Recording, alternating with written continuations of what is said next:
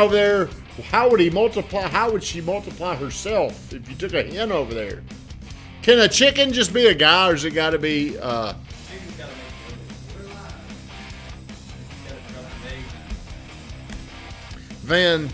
Excuse me, Josh. Enough of your bullshit.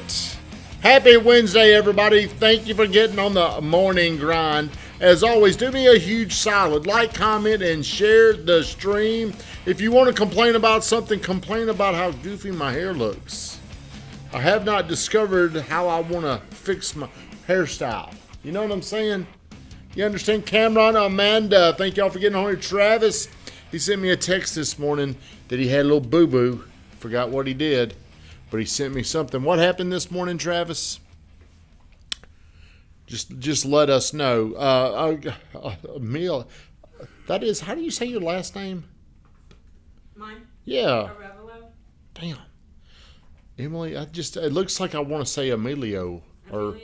Emilio. I don't know how I'm going to say that tricky name, but what's her new name? It's got to be simple. It's got to be easy. I look at that name and I get confused. My brother can we change it? When I was little, so he still calls me Mimi. Mimi? Yeah. We've got Remy and Mimi. Jacob Freeze, Andre says he shot a 81 yesterday. I doubt that's true. I would say I would be willing to bet this. He moved the ball a little bit. Like if it's a bad lie, I guarantee he moved the ball a little bit. I guarantee you Andre cheated a little bit.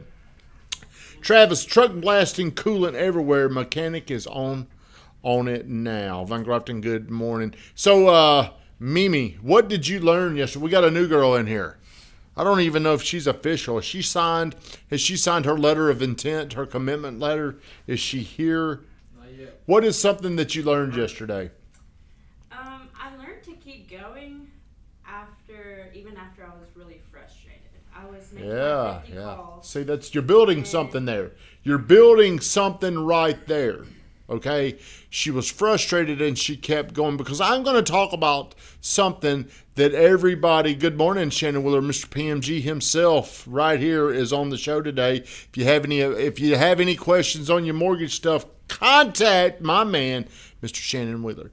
A lot of people when they hit this thing, whatever that thing is, when it gets hard, we a lot of times we've conditioned ourselves to stop, to quit, to move on. Like if you're working out really, really hard, I don't want to watch you eat that shit. Put that down. This is going to gross me out. It's a cucumber. I know. I don't know if I'm comfortable with you staring at me eating that stuff. It's kind of awkward. What about I don't know. Maybe turn your head around when you're eating it. So most of the times whenever you're working out and you're going through pain, what do you do to relieve it? You stop. You slow down. So the way you do one thing is the way you do everything, and you're programming yourself whenever things get hard. What have you pre-programmed yourself to do before today? Quit. Have you ever been a quitter? Yeah. Have you? Okay. Well, you can fix that. But it's like a little muscle that you're building from scratch. That's why we do all the things that we do. Van was talking about this yesterday. We're really not even a real estate company. We're much more into personal development around here. We develop people to become the best versions of themselves. Okay? So what I'm talking about this morning is I didn't even do the 60 seconds of gratitude, did I? Well, here's something. I got to make this post. I am so committed to talking about this because this is something that is so hard for people. But the people that have made it get this. The people that have made it around here get this. So 60 seconds of gratitude. I've got to make this post today. I don't like to brag on our team production, but I was looking at the numbers. In the last 4 months, you are to put this out there. In the last 4 months, we have closed 112 houses at $45 million in sales volume. I mean, that is unbelievable. I'm very, very thankful because it wasn't long ago that we finally hit 100 deals, and now we did 100. We closed. We didn't sell. We closed 112 houses in 4 months. To me, that is absolutely unbelievable, and I'm very thankful. So what I'm talking about today, can you guys see? Can you guys see the show topic on there? Does it pop up? time and opportunity? Time and opportunity. So Shannon Wheeler talked to you guys about this present moment practice. So we're all right here together right now. But the way we think and the stories we tell ourselves did not happen today. They happened back in the day. Does that make sense? It happened when you're a child. It happened sometime before today, and you got a feeling, and this feeling has a story that you associate with the feeling. So whenever you're growing up, people are probably trying to influence you in your life on telling you how to get ahead. And they're going to give you financial advice from their perspective. The advice that you got, hello, Cousin Noah. Thank you for getting on here. Whenever you were getting this advice from the people, what was their financial state? What was their financial circumstance? What were they doing to tell you need to listen to me for your money? Not well. But were you still hearing it? Because we're still, as an American person, we're very, very outspoken with our beliefs. Have you noticed that? Especially with all these forums and social media, we're always going to tell you what we think. We're going to tell you that's a dumb idea. That's a dumb looking suit. Those cucumbers you shouldn't be eating in front of me like that. You know, we're going to be very outspoken because growing up we want to be heard. So you're getting this data, you're getting this information all your life. What is the way you've made sense of trying to get money? Just working like a 9-to-5 job. There you go. That's exactly what I'm looking for. You have been told all your life, hey, if you want to get money, you got to go in there and you got to put your time in and then you get paid. Well, you guys have come in here and you were putting in time without any guarantee of any money. And that is a hard thing to do. It's very, very hard. Have you thought about that? Yeah. Have you? Is it like yesterday, you're sitting there and you're calling people and they're hanging up on you and they're calling you bad names? I heard them. They called me telling them, no, I'm just kidding. But you're sitting there and then you're looking at, when am I getting paid? You start thinking about these things because you've been conditioned your whole life, time, money. I work 9 to 5 or 8 to 5 or 8 to 4. I work these hours and I get this guaranteed paycheck. And what this does is it has taught you guys to be safe. Play it safe. I get the guarantee, but I don't get anything above that. I can't really come in here and blow the top off that. Even if you do your job great with a guarantee, how can you make more money? Zachary, sell a house in this market with GoodTimeTommy. That's what I'm talking about, Zachary Smith. So the things that I really talk about here, you got to understand. You really have to understand that it's the opportunity, not the guarantee that you want. It's the opportunity but to separate yourself, to be better, to be different. You've got to put in the hard work. The hard work takes time. How long does it take, Josh, to get decent? A year, 3 years. How long, Van? 2 to 3 years. It's probably 2 to 3 years, but I think in a year you start to feel different. You stop feeling, I think after a year in this business, you stop feeling about this thought about 9 to 5 where I can make it. Drew came here and he was young. How old was Drew when he got here? 22, 23. Drew came here with a good job, hard job, with a guarantee of a good set salary. And I think he got tired of being held back. I think he was tired of doing the work he was doing. He had to make this decision to give up the money for an opportunity. A lot of people just can't make sense of doing this. You're going to go through this. You're going to go through this. You've already gotten through this. You've already gotten there. You're going to go through it as well. It's just natural that we think that way. We think about retreating. We're retreating to safety to get a guarantee. There's one thing, though. If you can just dig in and fight through, just like you did yesterday, can you fight through those days 365 more times?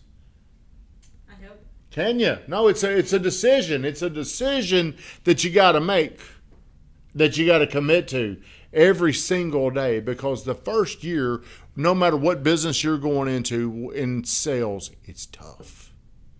It's tough. until you develop, until you get good. We got some comments here. Shannon, you're really making it happen for your people today. Thank you. Thank you so much, Shannon. Drew said he just turned 23. So if you're looking at all the people in this community that have things that you want, they have money, they're probably taking a risk for the opportunity. Are you willing to risk the safety for the opportunity? Why did you do it, Josh? Because I knew without any risk I wouldn't have any reward. Did you really know that at your age? Drew, why did you do it while we're thinking of why did you do it, Drew? Hayden, is Hayden on here? I understood just from being around you guys, though. Noah, why did you do it? You understood it. You saw it. Yeah, like I was scared to death to make that decision. Like, It is a scary thing. I should have let them so they don't get to eat. But here's why you got to keep banging on fear and building courage, because you're going to have a lot of times. Even the great little redhead over there, how many times you think about quitting the last couple of years? Why were you wanting to quit?